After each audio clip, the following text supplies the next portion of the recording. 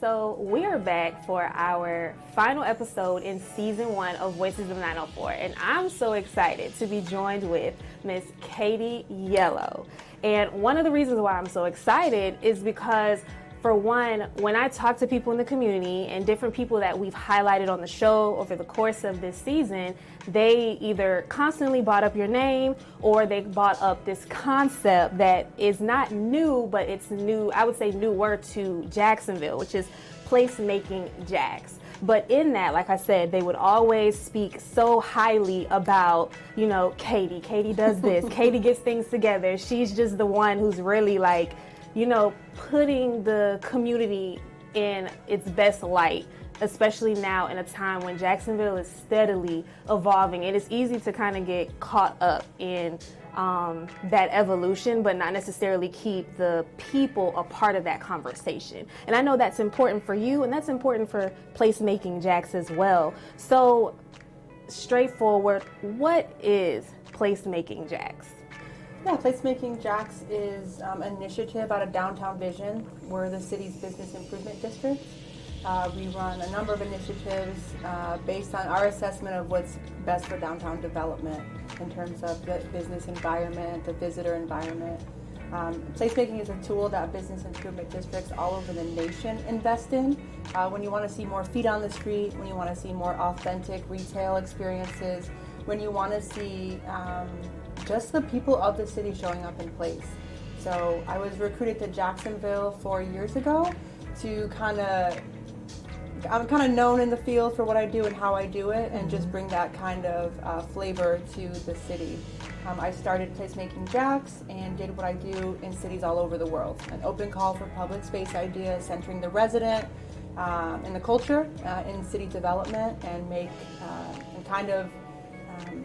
evolve artists into urban planners and city builders. So that's what we're doing here in Jacksonville, and it's a true and tried and tested and certified method.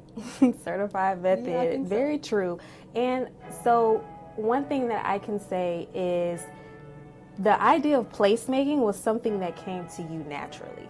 You drew to that because of your beginnings and your uproots and everything like that. And recently, like you said, you've been here for 4 years, and that is a pivotal time for Jacksonville. So coming from Michigan to Jacksonville to kind of plant these roots here, why do you say that Jacksonville needed this? So placemaking does not need a Jacksonville. Y'all were talking about and investing in it over 10 years ago. Okay. I do, and I thought you were going to ask me to define that word. And I don't love that question because I always encourage people to Google the term and understand it for yourself. It's like the word entrepreneurship. There's not one type of risky business person. There's lots of different entrepreneurial adventures. Right. Placemaking is the same way. Different styles, different methods, different results. 15 years ago, and you said it came natural to me, it's what people do. You can even think about how you build a home and incubate a home and a good family life. Like, those are the placemaking principles, right? You do that with your family. So 15 years ago, when I heard the term, I did recognize some of the challenges with city planning, some of the challenges with unhealthy civic life, some of the challenges with people not knowing where to go to participate in government. And so that's what the operation is behind the scenes, to improve those aspects of our life. So the placemaking word is not new to Jacksonville. I am okay and comfortable to say I think my style is new to Jacksonville. What's your style? Open call, highly participatory, from budget to every decision is just for the people are making those decisions. I often use the analogy of baking a cake. Instead of like hiring an expert baker and just getting the best cake, we bring 20 people into the kitchen. Cake doesn't taste as good, looks worse, but everyone's like very proud of that cake. Okay. So that's my process. It's not events, even though it can result in events. It's just highly participatory. I don't love saying like Jacksonville needs placemaking. Okay. I think what you can say about any city is it always 100% of the time needs to do a better job at community engagement. That's ultimately really what I'm doing. And that's the core as well. That's the core of it, yeah. The models we have now are dead. The 2 p.m. Tuesday meeting is dead. The surveys are not it. So the way that we engage community has to be upgraded, and so every city needs that upgrade, and I think that's what I bring to the table. Okay, I love to hear that, and I know that this is community driven, and just from like what I see in you, I can tell that's what drives you in everything that you're doing, to really make those community connections. So now I see PlacemakingJax. It looks like, tell me if I'm wrong, you all are going into year 4, right? We are. We did a pilot year and then year 1, 2, but yeah. Okay, 2, 3, so 4. All right, so that pilot year to now, and even looking forward, what was that evolution like? I know you had to learn some things along the way, like getting here, getting your feet wet. So, I mean, I learned so much, and I've lived in a few countries. I've practiced and lived in over half a dozen states. I don't know the number. It's a lot of places. And I think what's important is I am the person leading this initiative, and so some personal details are important to that. I always had grant-funded positions. I raised money for the position and then raised money for the people and then programmed. Okay. Jacksonville is the first time I've been housed in an organization that's not grant-funded. Like I have a salary, I have a job, this is my job to do that. Okay. So what I was able to do with that was long-term visioning. Normally I'm in a place 6 months, a year, 3 years. I was just thinking like 4 years, like that's a long that's a long time. But I'm here for the long term. Okay. And I know that after 3 years, I noticed in places, that's where it like really gets cooking and really gets challenging and really gets formative. So I want to like be through those moments with you guys. So I knew low and slow was really important. Flint, Michigan taught me too much too fast is real. You can't just flood the scene. It's like too much too fast. What do you mean by flood the scene? Like just do too much at one time? Okay. Yeah, do too much at one time. We do open call for ideas and we fund. You can't fund 30 grand when it wasn't local, like funding for the, I'm not gonna say there wasn't funding. Funding is out there. It's just really, really, really, really hard to get to. I make it very easy because I knew a long time ago that was a barrier. So if you have easy funding to get to, you can't flood the market per se. You have to move really incrementally and slowly. So I knew that was part of the transition. I also knew coming here, like I'd have to spend the first year educating or re-educating or reminding people what placemaking means to them. So if you've seen it and you've done it, great, but it might not have gone well, or you might not have a good attachment to it. And so just spending a lot of time educating people on the process. Don't worry about the end product. We will do pop-ups and events and activations, but the actual process, that participatory piece where you are making decisions and centering the resident. So for me, the transformation was like just to come here and slow down a little and chill, not let my New Yorkers show too much, and take ease in the fact that there were staff and resources and support for this process, which I've never been positioned. I have 2 direct reports that are full-time and a part-time staff. So it's like Kady, but it's like, I wish they could say all 4 names. That are behind the initiative. Really? Haley, Phoebe, Shelby, Kady, Haley, Phoebe, Shelby, Kady. Like, if people, I want them to know that group behind them too. Yeah, because it's an enormous amount of work. The transition for me was just taking everything I learned and like doing the best possible for Jacksonville. I don't have a relationship, I don't think, to Duval County. I feel like I do, but I'm not going to make that up. Okay. When we were younger, my parents lived in the Keys, and so kind of like vagabond type of, with the wild thornberries vibe. Okay. So I always felt like attracted to come back to Florida because my dad always spoke highly of it. So for me, it was just, so I say all that because I have this, I don't know where it comes from, but I'm like, Duval deserves the best.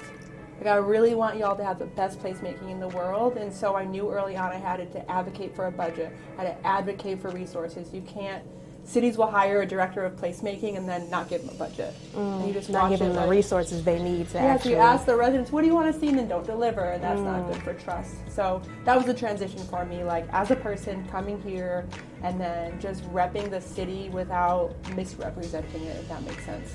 It does seem very genuine, like your love for Jacksonville, or at least the passion to, make it something that is better.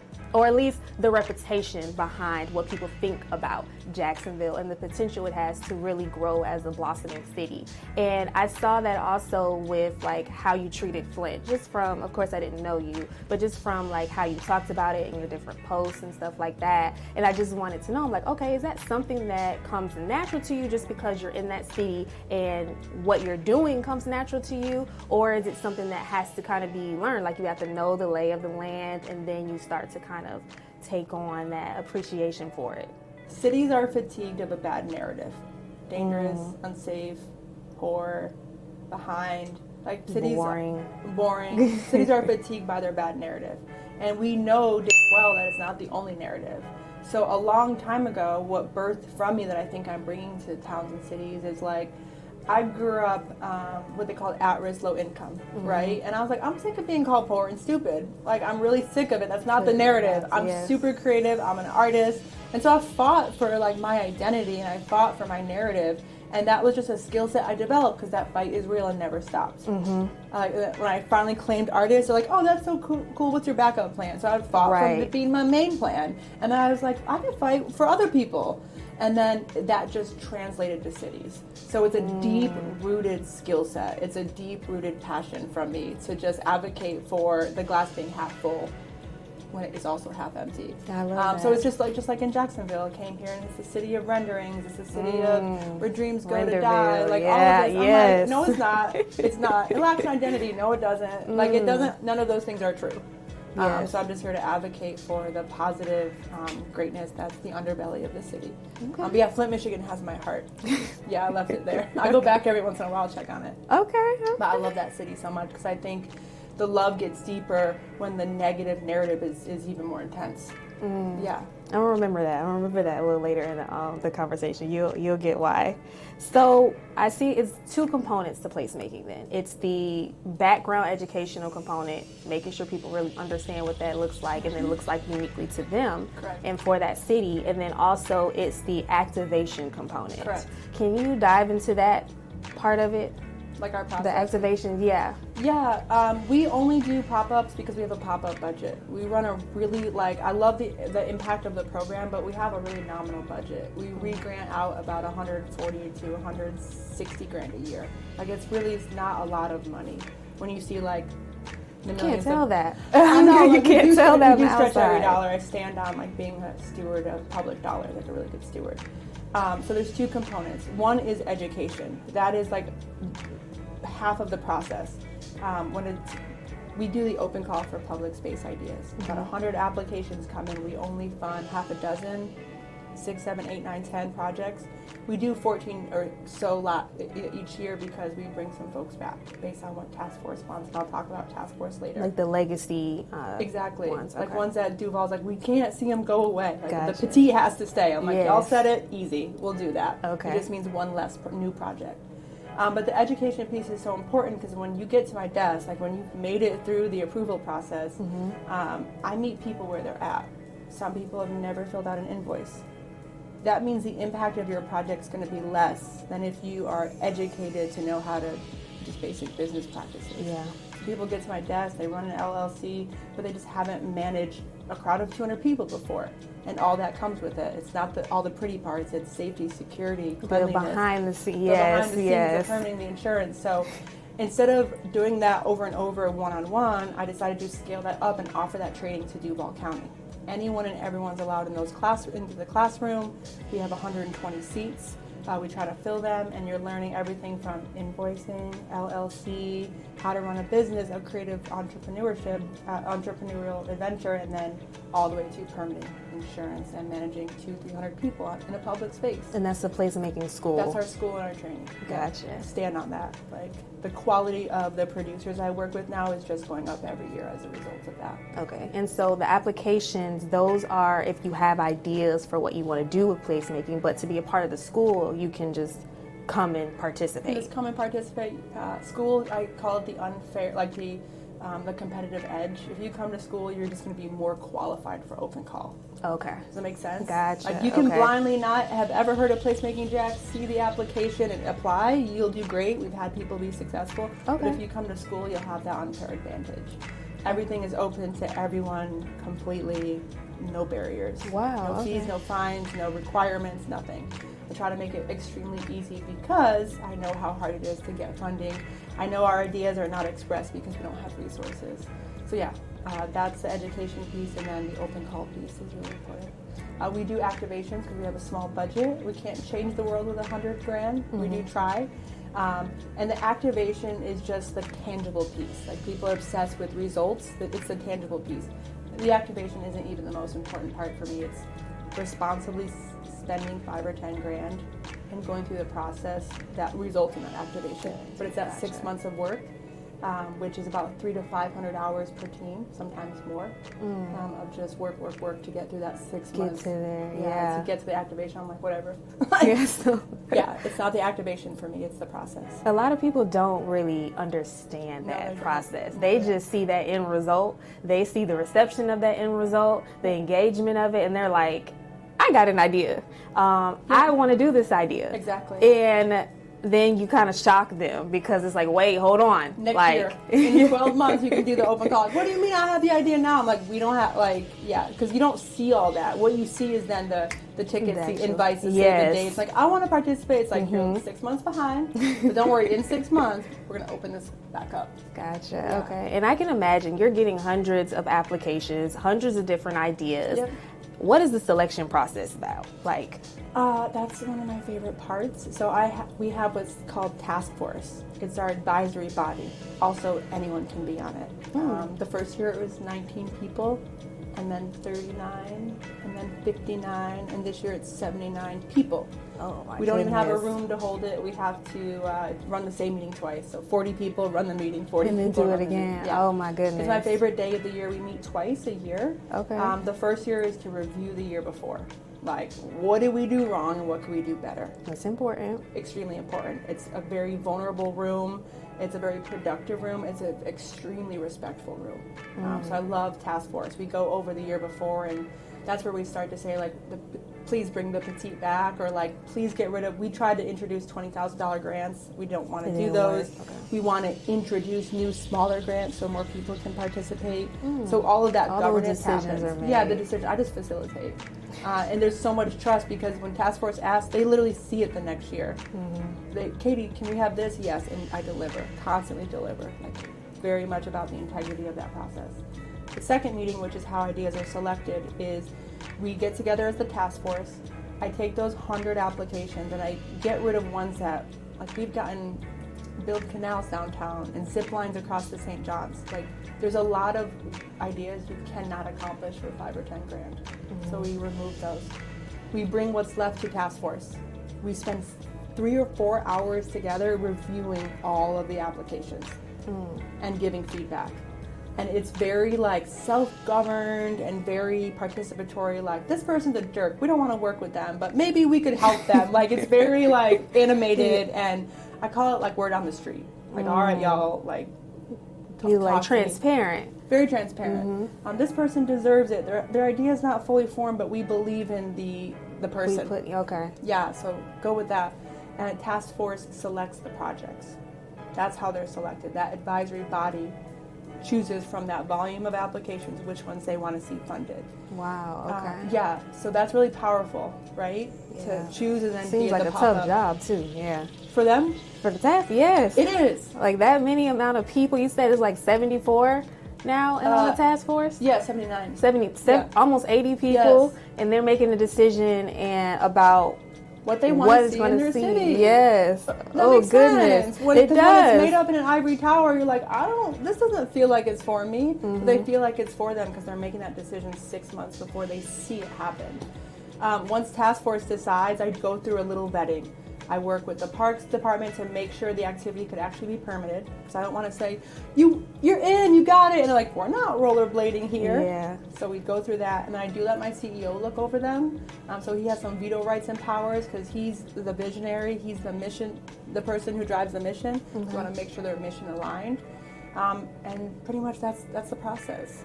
So if someone finally makes it to my desk, that's what they survived. It's not easy. It doesn't sound like it either. But I don't feel like anyone will be deterred. No, I try to make it a hot knife through butter. Try to cookie crumbs the whole way. No, I don't think so either. Oh my I don't goodness. think there's barriers to the process. So outside of like the public response, and I assume that you're aware of the public's response when it comes to PlacemakingJax and the different activations. I'm pretty cool. What is the population saying? What's the Gen Pop? What's Gen Pop? What's Gen Pop saying? That's horrible. That's not right. My bad. Cut that. What are they saying out there? I'm a person who puts their head down and grinds. I'm here doing the work. The work is super granular, so I barely ever look up and like get feedback. The population is excited. The population is curious. Yes. The population is noticing PlacemakingJax. Like you said, within the 4 years of existence, right? Yeah. Okay, 4 years of existence, that it continues to grow. The applicants continue to grow. The task force continues to grow. Everything. Like, and you know, the funding will continue to grow too. To come with that, we're gonna put that out there a little bit, but that means that you're getting more traction. People are noticing what is happening. People are wanting to be a part. And even if they're not wanting to be a part, as in like being like a creative force behind an idea, they just want to be in the building. Exactly. Yes, they just want to be in the building. Mm-hmm. So I would say if that's the public response, how do you gauge what a successful activation looks like? Other ways, I guess. I don't try to gauge that. I can't emphasize enough. I'm just facilitating. Like, you guys tell me what you want and what it looks like. From my perspective, it's clean and safe.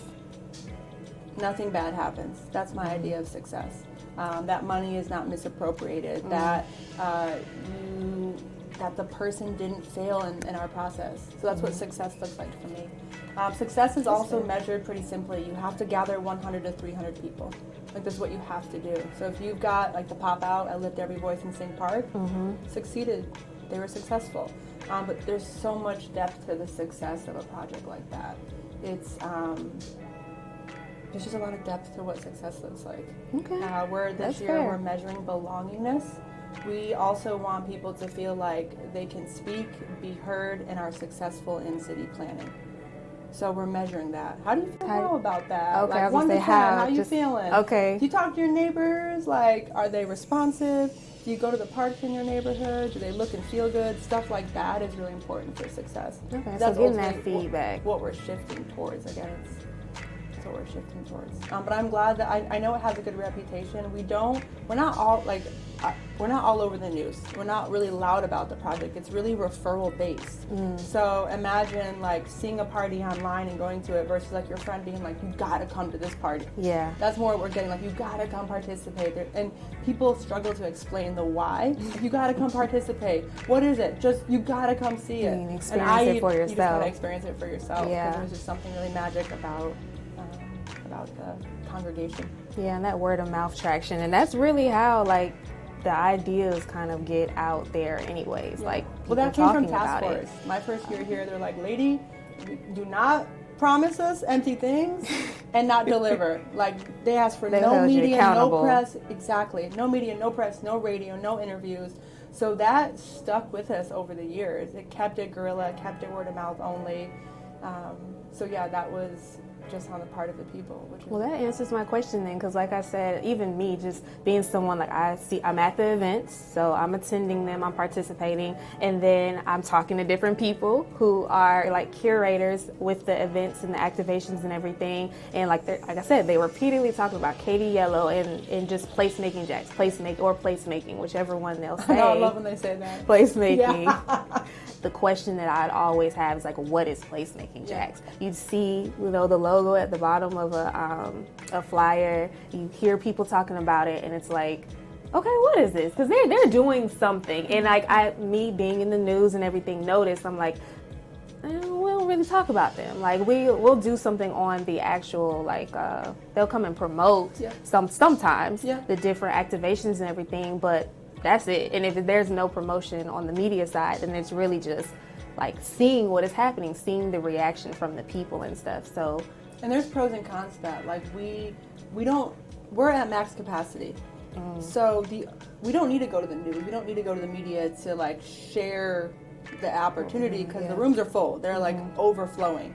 the thing we miss out on is telling our story of the work, and giving Jacksonville a really good look and feel that it deserves and just deserves. Yeah. So I guess it's just a toss-up of which one you want to benefit from. But if you're at capacity, I think like you gotta leave it alone for right now and keep going with what you got. And if what you got is working, you don't necessarily have to change it either. Yeah, but there's just the demand and interest. Another part of it too is that it's hard to succinctly say what PlacemakingJax is. I'd have to go through all 14 projects we did, so you get a flavor of it. Now 14, that's within this year? That was just this. We just closed out on 14 projects. Okay, and do you remember how many you started with in 2020? The pilot year? Yeah. 4. And then now you have 14. Yeah, too much. 14 was too much. 14 was too much. So you think for next year, for year 4, looking forward, that you're gonna try to scale it back, put It's not that simple. more We into... never try to predict the future. We don't know what will come through the open call.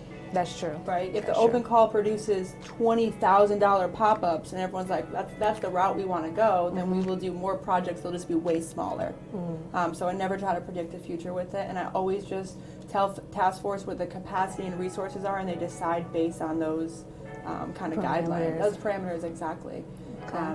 But yeah, PlacemakingJax is just a great place if you want to get involved. I think we solved a problem that again, placemaking is not new to JAX. This process is. It's hard to get involved with the city and the community. Where do you go? There's not a one-stop shop. Some of the opportunities that are available are not really what people are looking for. So I think the body acts that way. It's rooms you can show up in and feel like your cup is full. You did a thing. You were productive. You gave back to the city. You gave back. Yeah. So that's what it is. When you say, what's PlacemakingJax? There's an opportunity to get involved, and really easy. I'm not asking you for 60, the project teams, but if you wanted to come get involved, I'm asking you for a few hours a year. So it's high impact work. And even in that expansion, I remember seeing there have been departments that you've added on to, because you're okay, this is a need. So it's kind of can correct me if I'm wrong, it's brought a job aspect to Jacksonville as well? Big that time? blows my mind. Yes. Okay. That's what I'm we're creating jobs. That's crazy. But yeah, a task force asked for social media management. We brought on social beans. They were behind the scenes and in front of them helping out with that. They said, okay, it's cool that we're not going to the news, but we do want to share our story. We're very proud of this work. So we brought on LP to manage our street shooters who are public space photographers, videographers, to get people at all of the activities covering them. So we carved out those 2 part-time positions to support the process. And then most recently carved out a part-time research position that's grant funded as well. It is write grants, fund, and bring people in to just grow the capacity in response to what the community wants and needs. Okay. Yeah. This is really good. I'm it's excited. So special, isn't it? It is. I love it so much. I can tell. I love it so much. Thank you for doing this. It's this is needed. So Duval knows what it's doing. Yeah, it really does. It really does. So one thing that, Duval is a big melting pot. We got a little bit of everything going on around here. How would you say, in those conversations with the task force and stuff, how do they make sure that diversity is reflected in what, I was going to say we're doing, I'm not a part, but what you all are doing? The royal we. Okay. So this is I have a complicated answer for this. Okay. Or I'm still ruminating on it, let me say that. Diversity doesn't need to be architected in PlacemakingJax. The task force represents the city, which is a diverse city, therefore task force is diverse. We don't have to over-engineer diversity. Okay. Is that okay to say? Yes, It just shows up. It's in the room, it's in the applications, therefore it's in the projects. So we don't have to do we meet that mark? It's already met. Absolutely not. And I was going to comment on that approach, because when you see did we meet the mark and it's engineered, you're like, that's just a checkbox. That's not representative. Yeah, So right. we don't move that way. It's baked in. It's in our DNA of PlacemakingJax, because we're city-led, and the city is diverse, and therefore our rooms are very diverse. Yeah, so that's how it shows up. And the way I it's diverse. We're talking socioeconomic diversity. We're talking diversity in thought and life experience. So it's diversity in a big, heavy term of diversity. Gotcha. Yeah. So let's go back to funding, because I know a lot of people are going to want to know, like, Yeah, okay, well, to me, I thought you all were spending like a lot of money, so and I'm not reducing the amount that you get from the grants, but how is this funded? Yes. And I love that. I pray one day we run $1 million program, because then you think like it feels good now. Can you imagine? Right. Like if we were actually incubating people to run businesses, to get into brick and mortars, that type of thing. That's the future of it. So we have about a $250,000 budget that covers staffing, that covers best practices research and that type of work, just so I can stay on the expert, cutting edge. Yeah. And then that covers the production of the program. So we re-grant out about $150,000, so it covers that, and then it covers all of the meetings in the school. We run the school, and the meetings cost-free to residents. We pay for all snacks, all books, all professors. Everything is paid for. Wow. So that's a really small number. Yeah. Like very tiny. Yeah, I just to saw serve it dwindling. Exactly. Yeah. To serve the city. It's funded by philanthropy. So it's not like tax dollars funded, or we don't charge people and have a revenue stream from tuition. It's not how it's funded. We write grants, share the process, and then foundations support that. Okay. So we're funded by the Jesse Ball DuPont Foundation, we're funded by the Community Foundation of Northeast Florida, and we're funded by the ViStar Foundation. Okay. Yeah. Those are good. The players give money annually as well. Okay. Yeah, well, I love the that golf brand. tournament, right? Yeah. Okay. So people just, now the word is out, they like what we're doing, and more funding is showing up slowly, really slowly. Yes. Yeah. But remember, you say slowing down a little bit, taking it day by day. Yeah. We can learn on that 150, and then we can be ready for $1 million. And imagine, like, you're making every dollar stretch now. Ma'am. So you get your hands Crazy. on that I'm big money. I very can't wait to very see that. Frugal. Yeah. Very resourceful, very frugal. Okay, so I would say, I don't want to hold you long. I've definitely enjoyed this. Last question. I feel like it might be a misconception, even on my part, for PlacemakingJax and anyone who's interested in creating like an activation or an event. Does it have to be strictly for downtown Jacksonville? Yes, ma'am. Okay. Yeah, we work for the Business Improvement District, which is a really specific piece of the pie. Okay. Everything we do has to stay in there. It's just how the laws are written. Okay. But what I stand on are a couple of things. What you learn at PlacemakingJax, you can bring back to your neighborhood. So if you're like, man, Moncrief really needs this, yeah, you can do it in Moncrief. Nothing is holding you back. You might not have Placemaking Moncrief yet. You might not have the support and resources you need, but you can do it in your neighborhood. The other thing is, you don't need PlacemakingJax to placemake. You can do this work on your own in downtown or in your neighborhood. If you have an idea, you can turn in a public space. Now that you have those tools. Yeah, you can do it. So this you don't is need long lasting. This isn't just a temporary. And it's got so many tentacles, because yes, I end up only working with that small group who make it through task force. But people email me constantly now, hey, I'm starting this community garden in my neighborhood. What do you think about this? And I'm like, just rock on. Just keep going. So yes, PlacemakingJax proper has to be done in the downtown Jacksonville Business Improvement District. That's just the law. That's fine. Yeah. Follow the law. Okay. No comment. Okay, I did say that was last, but this one's actually last, because I saw where you spoke. I forgot. Basically, I want to say you said it was like your mission, but that's not the term you use. But we're going to use it for this one. Okay. During your TED Talk, you said that you want to invite people to fall back in love with downtown Jacksonville. Yes. Does that still stand today? Ma'am, yes. Number one mission for me. Because I'm like, what is going on? Why do people have these this contentious relationship to their hometown? Wanting to get out of it as a young person, not feeling the potential. It's just really interesting. Yeah. I really like Majora Carter. You don't have to leave to make your neighborhood. Like, you need to stay in your neighborhood, in your city, and do the work there. So falling back in love with downtown Jax is just reminding people that it's not the downtown that you thought it was. That it's not the city that it was 20 years ago. It's objectively changed. It's physically now changing. And so it just reminds, it kind of like rekindles the flame, is really the spirit there. Like, fall back in love with your city. Go back out, re-explore it, reintroduce yourself to that city. So you know, there's transplants who have moved here. You're going to have different friends, different social networks. So yes, my mission is ultimately to get people to break out of the habitual bad thinking of Jacksonville and say nice things. Yeah. There's a lot of good here. It is. Yes. It's growing. I'm a Jacksonville native. Lucky.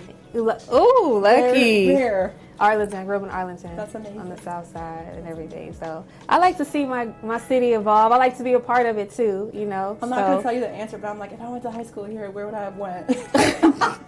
I'm not saying the answer, but I do have one. Gotcha. Yeah. Okay. Spirit High School.